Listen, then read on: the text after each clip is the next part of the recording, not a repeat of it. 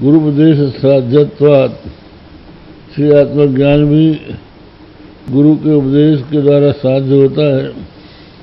तदर्थम अस्य गुरूप सदृढ़ युक्तम इत्याशने आय तद्वद अत्र ब्रह्म निर्णय साधन शेषा परिजमा तेने।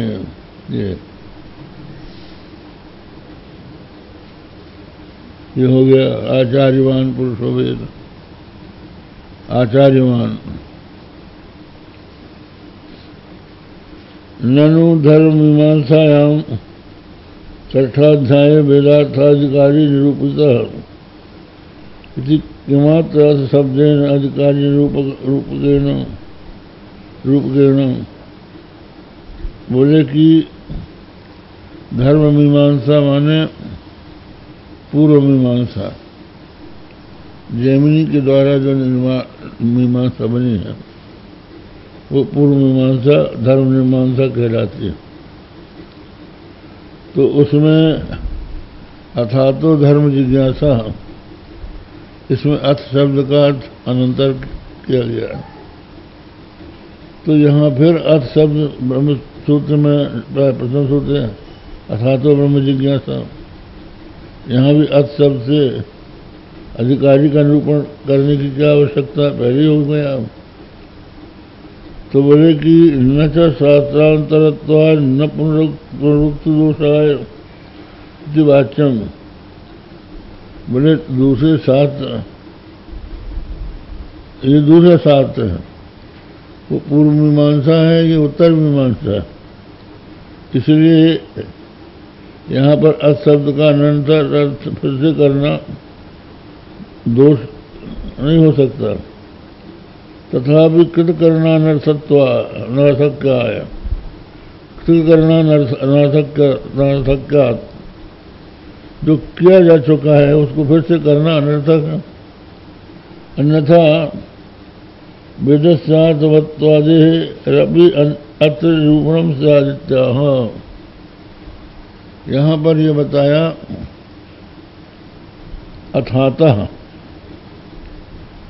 अथातो ब्रह्म जिज्ञासा पहले है, पूर्व मीमांसा का सूत्र है अथातो धर्म जिज्ञासा।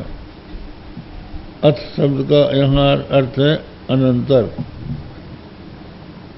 अनंतर किसके अनंतर? तो स्वाध्यायोद्यतव्य, इस वचन के अनुसार अपनी शाखा के समग्र वेद का अध्ययन करने के साथ अर्थ सहित अध्ययन करने के अनंतर। ये हो गया। अब यदि उसने अध्ययन कर लिया है अर्थ सहित वेद का, तो उसी वेद से धर्म का निर्णय होने, इसलिए अधिकारी है वो। अतः अधिकारी होने के कारण धर्म जिज्ञासा कर्तव्य, धर्म की जिज्ञासा करनी चाहिए। तो आप कहते हैं कि अथ शब्द का आप अर्थ कर रहे हैं, यहाँ दूसरा शास्त्र है, इसलिए यहाँ अलग से आपको अर्थ शब्द का अर्थ अनंतर ये करना है, तो अतः का भी कीजिए। और ये भी कहिए कि फिर वेद सार्थ वेद के अध्ययन के अनंतर ये भी अतः जब आपको पुनरुक्ति करना है तो दोनों की ओर कर लीजिए। बोले इसकी जरूरत नहीं। क्यों नहीं है? बोले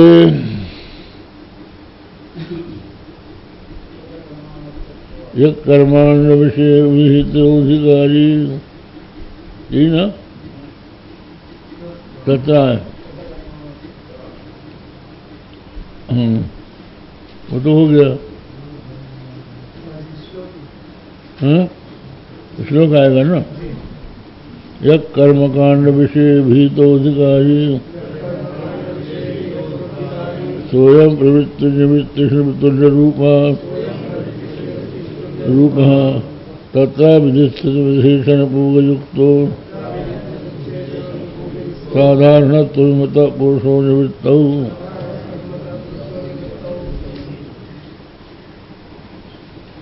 बोले फिर पुनरुक्ति तो हो ही जाएगी, क्योंकि कर्मकांड विषय में, कर्मकांड माने कर्म समूह जिसमें वर्णित हो वो मीमांसा, पूर्व मीमांसा शास्त्र में अधिकारी बताया गया है।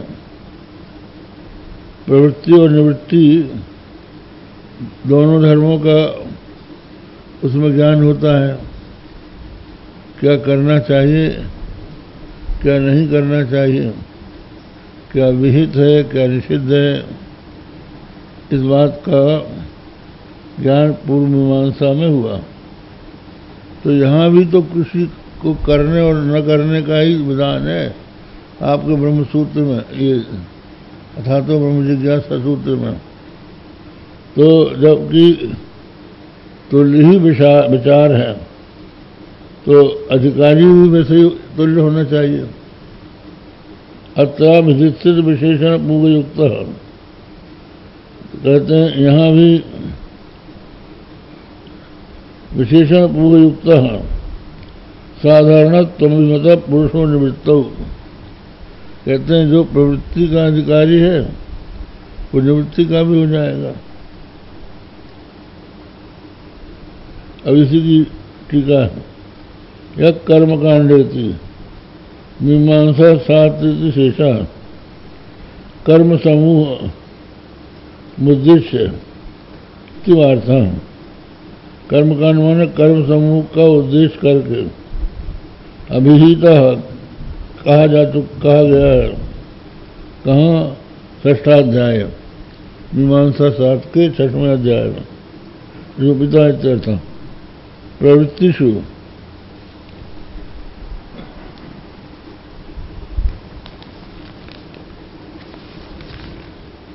निवृत्तिषु तुल्य रूपः, प्रवृत्ति और निवृत्ति दोनों में ही वो अधिकारी है।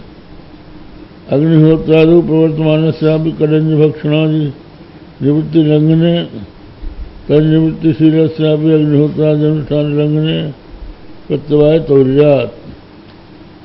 क्योंकि दोनों का निरूपण वहाँ पर किया गया है, प्रवृत्ति और निवृत्ति। तो उसमें बताया गया कि अग्निहोत्र जो करता है, अग्निहोत्रम जुहियात के अनुसार